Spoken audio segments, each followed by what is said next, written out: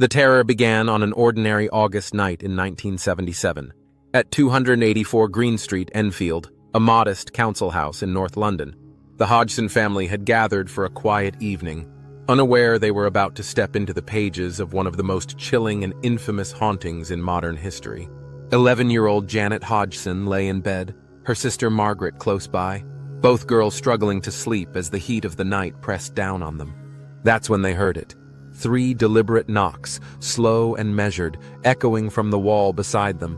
It wasn't the creak of old wood or the groan of settling foundations. It was something else, something with intention.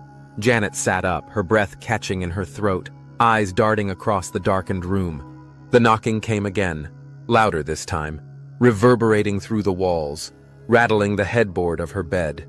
Margaret whispered, her voice trembling. "Did you hear that?" Janet could only nod, her mouth dry, her heart thudding like a drumbeat in her chest.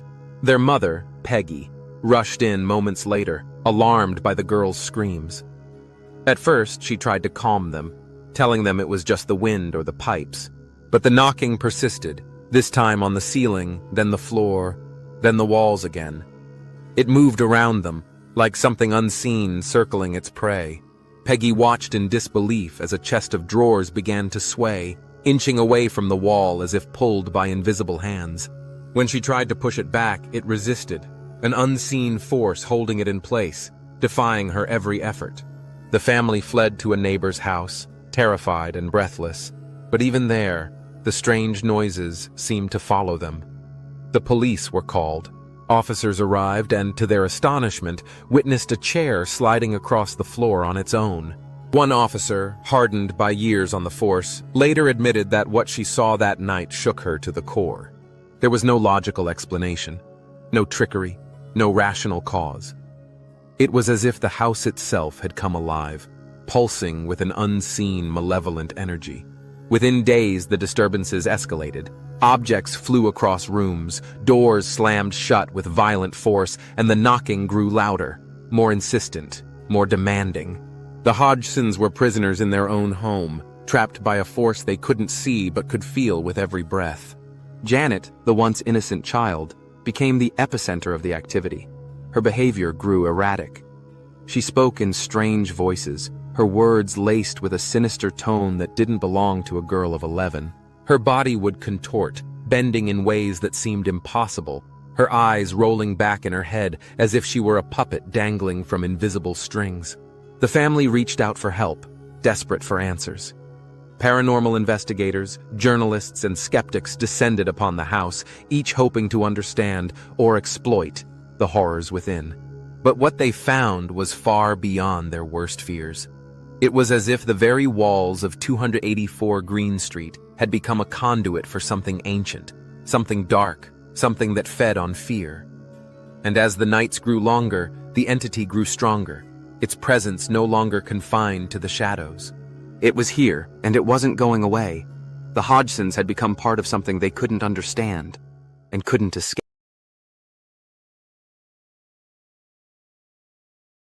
The days that followed became a waking nightmare for the Hodgson family, each hour a gauntlet of terror. The knocking escalated into a cacophony of chaos, doors slamming, furniture toppling, objects soaring through the air as if hurled by unseen hands. But it was the voices that truly broke them, low, gravelly tones that emerged from the darkness, whispering from the shadows, echoing from Janet's own throat in a voice that was not her own. It began one stormy night, when the family gathered in the living room, too afraid to sleep. The air was heavy, thick with an unnatural stillness, when Janet suddenly stiffened. Her body tensed, her eyes rolled back, and from her small frame came a voice, deep, raspy, unmistakably male. "My name is Bill Wilkins. I lived here before you. I died in this chair, in the corner." Peggy froze. The air around her seemed to freeze too, a cold breath of death winding through the room.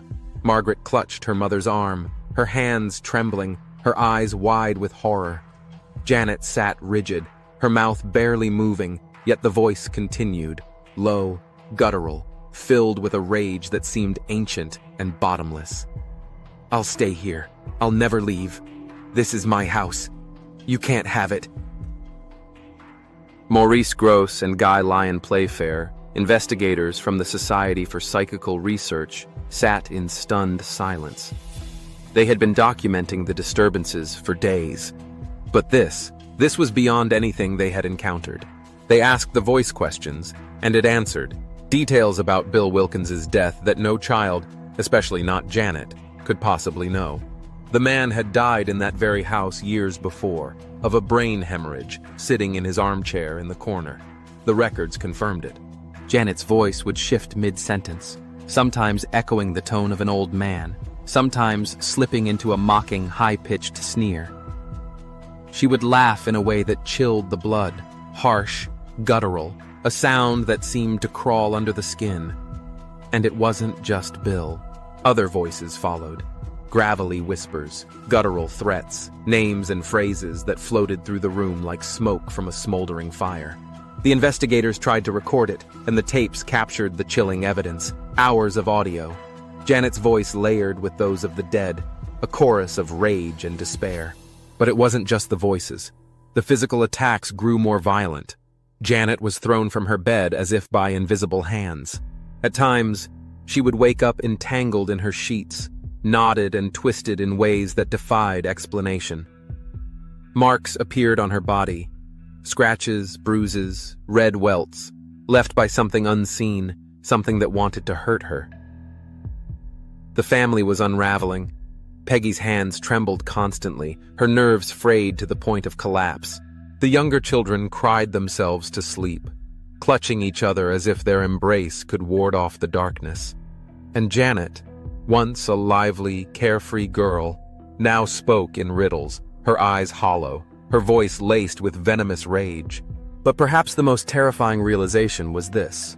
The entity wasn't just haunting the house, it had found its vessel.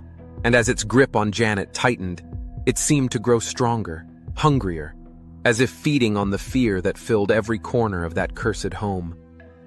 And the Hodgsons knew, deep in their bones, that the worst was yet to come.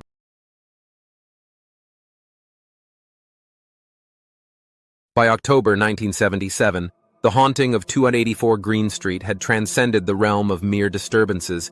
It had become a full-scale siege, and at its heart was Janet Hodgson. The girl was no longer just a victim. She was a battleground. Her body, her voice, even her very essence seemed to flicker between herself and something else, something far darker. The nights grew colder, and the family huddled in fear, praying for it to stop, but the entity's hunger only deepened.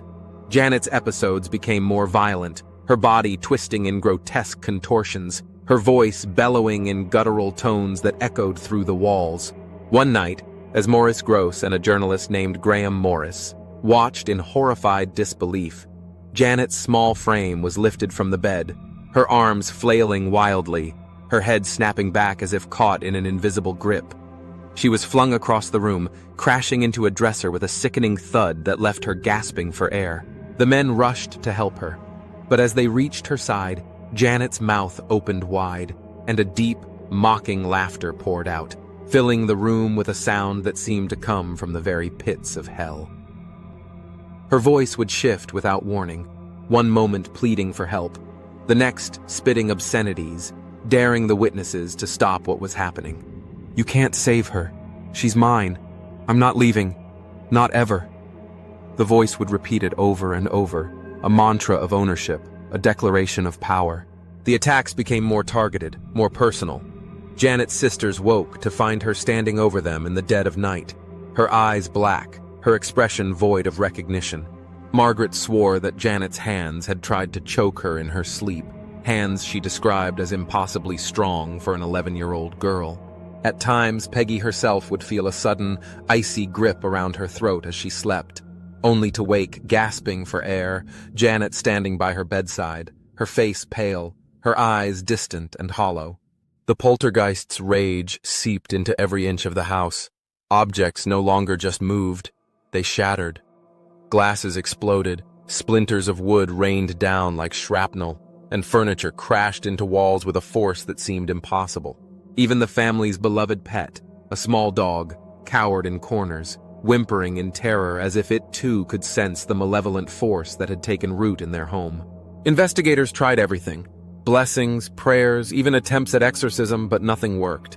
The entity seemed to revel in their desperation, growing stronger with each failed attempt to banish it. It mocked them openly, whispering threats into the ears of those who dared enter the house, its voice curling into their minds like smoke, seeding nightmares that lingered long after they left. Janet, once a lively, playful child, was fading. Her laughter was gone, her eyes sunken and dark. Her body bore the marks of the entity's fury: bruises, scratches, and deep, angry welts that appeared as if from nowhere. She would stare at her reflection in the mirror, whispering under her breath, "It's inside me. I can't stop it. It won't let me go." And yet, even as the darkness seemed absolute, the true horror was still lurking, waiting for the perfect moment to strike. The entity's game was far from over, and the Hodgsons were mere pieces on its twisted chessboard. The question now was chillingly simple: how much more could they endure before something finally broke?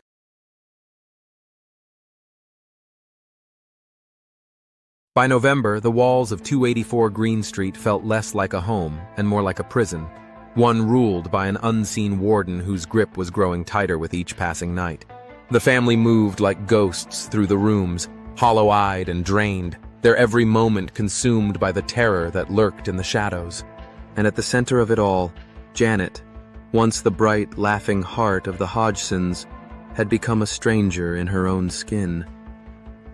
Her voice, when it spoke, was not her own. It was the growling, ragged voice of Bill Wilkins, or so the entity claimed. But the lines between Janet and whatever possessed her were blurring. Maurice Gross sat in the kitchen late one night, tape recorder running, when Janet, her eyes half closed, body rigid, began to speak, and the voice rasped, slow and deliberate. "I'm still here. You'll never make me leave. You can pray, you can scream. I'll tear this house apart." As the voice spoke, objects in the room shifted. Cups rattled. A chair toppled over on its own. The air itself seemed to thrum with a low, humming tension. Gross asked the voice why it stayed. The response was chilling. "Because they let me in. And now, she's mine." The psychological toll was unbearable. Janet was no longer just a conduit for the entity. She was its host, its puppet.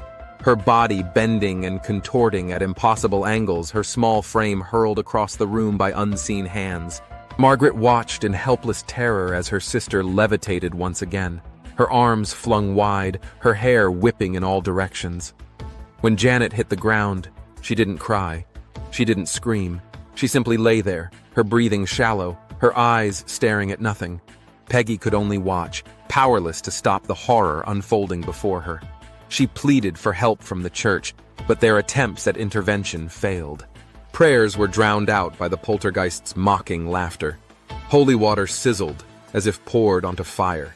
Crosses fell from walls, shattering on the floor. It was as if the house itself rejected salvation, as though the very air had been poisoned by something that refused to let go.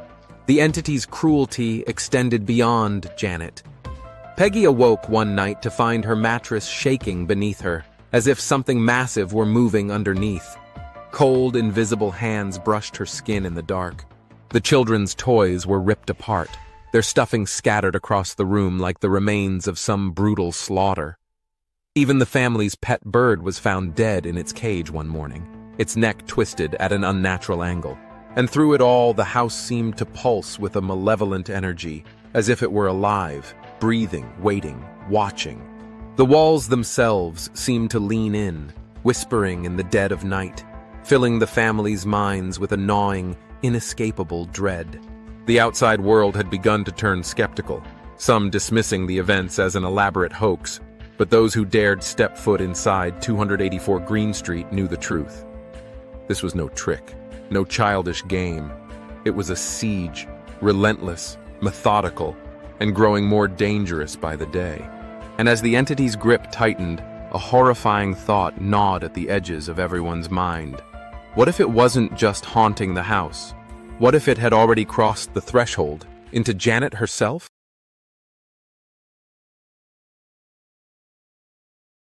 By the end of November 1977, 284 Green Street had become a fortress of fear, its walls soaked with the screams, the prayers, the desperate whispers of a family teetering on the brink of collapse.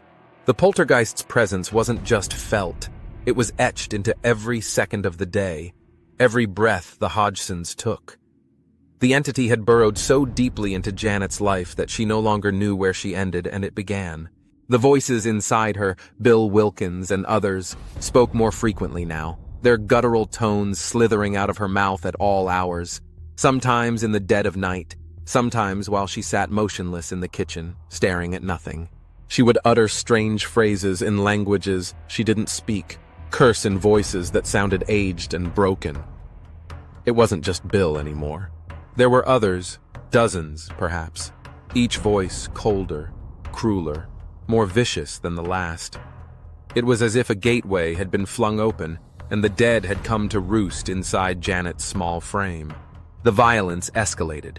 Janet was thrown from her bed with such force that the bed frame cracked beneath her. Objects weren't just moving, they were flying. Heavy dressers would topple as if made of paper. A clock flew from the mantel and shattered against the wall, its hands spinning wildly before it broke apart. Neighbors reported hearing screams echoing into the street, sounds so blood-curdling that they hesitated to intervene, fearing what might greet them if they stepped inside. Then came the night that broke them all. It was past midnight when the banging began, louder, more aggressive than ever before. The walls trembled. The floor shook as if an earthquake had gripped the house. Janet screamed, her body writhing, as if something inside her was tearing its way out. Her eyes bulged, her voice howled in agony. Then suddenly, she froze. Her head snapped back, her mouth opened wide, and from the depths of her throat came a voice that none of them had heard before. It was guttural, malevolent, a sound that seemed too deep, too raw to come from a human being. "I am Legion." The words echoed through the room, vibrating through the very bones of those who heard them. Peggy collapsed to her knees, sobbing, clutching at Janet's arm, begging her daughter to fight, to come back. But Janet's body shuddered violently, her mouth twisting into a grin that wasn't hers, lips curling back to reveal clenched teeth, her eyes glinting with a wild, predatory gleam. The investigators watched, helpless, as Janet began to levitate, her body stiff as a board, arms outstretched like a marionette dangling from unseen strings. Her body rotated slowly in midair, her nightgown billowing, her hair splayed wildly around her head. Maurice Gross shouted her name, tears streaming down his face, his voice breaking with desperation. And then, silence. Janet's body dropped to the bed with a sickening crack. Her chest rose and fell in shallow, labored breaths, and for a moment, the house seemed to exhale, as if whatever force had gripped it had retreated, for now. But in the heavy stillness that followed, a single, chilling thought filled the room like a fog. This wasn't the end. It was only the beginning.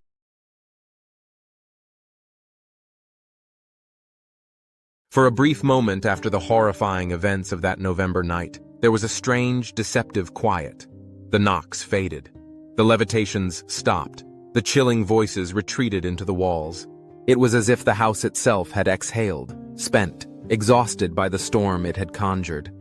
The Hodgsons clung to the hope that perhaps, by some miracle, it was over. That the nightmare had burned itself out. That the entity, after months of terror, had finally released its grip on Janet and the family. But in the marrow of their bones, they knew better. The whispers never truly left.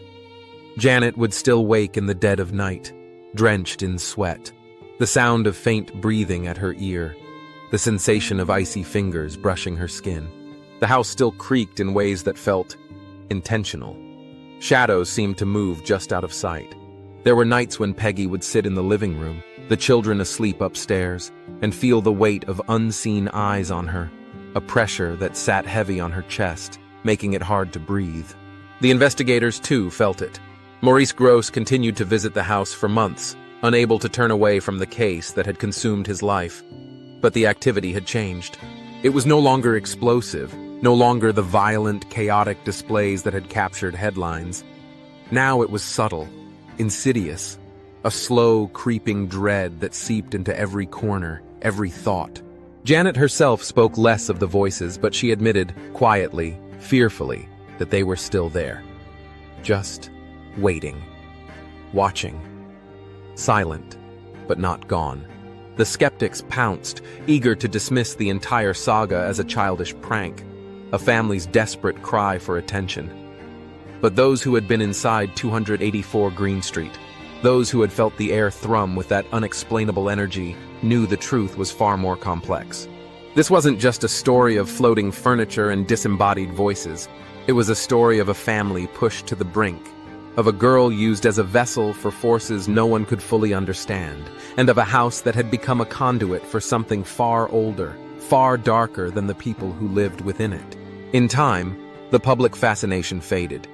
The reporters packed up their cameras, the investigators moved on, and the Hodgsons, forever marked by the events, tried to rebuild their lives. But the scars remained. Janet grew up, moved away, started a family of her own, but in quiet moments she would confess. The voices still whispered, sometimes in the dead of night, sometimes in the quiet moments when her mind drifted. They never really left her. And the house? 284 Green Street still stands, its bricks weathered, its windows reflecting the ordinary life of an ordinary neighborhood. To passers-by, it's just another house on a quiet street. But those who know the story, those who have heard the tapes, who have seen the photographs, who have felt the icy grip of the unknown, understand the house will never truly be silent. Because some doors, once opened, can never be fully closed. And the Enfield Poltergeist? It waits. In the walls, in the dark, in the spaces we pretend not to see. It waits for the next knock.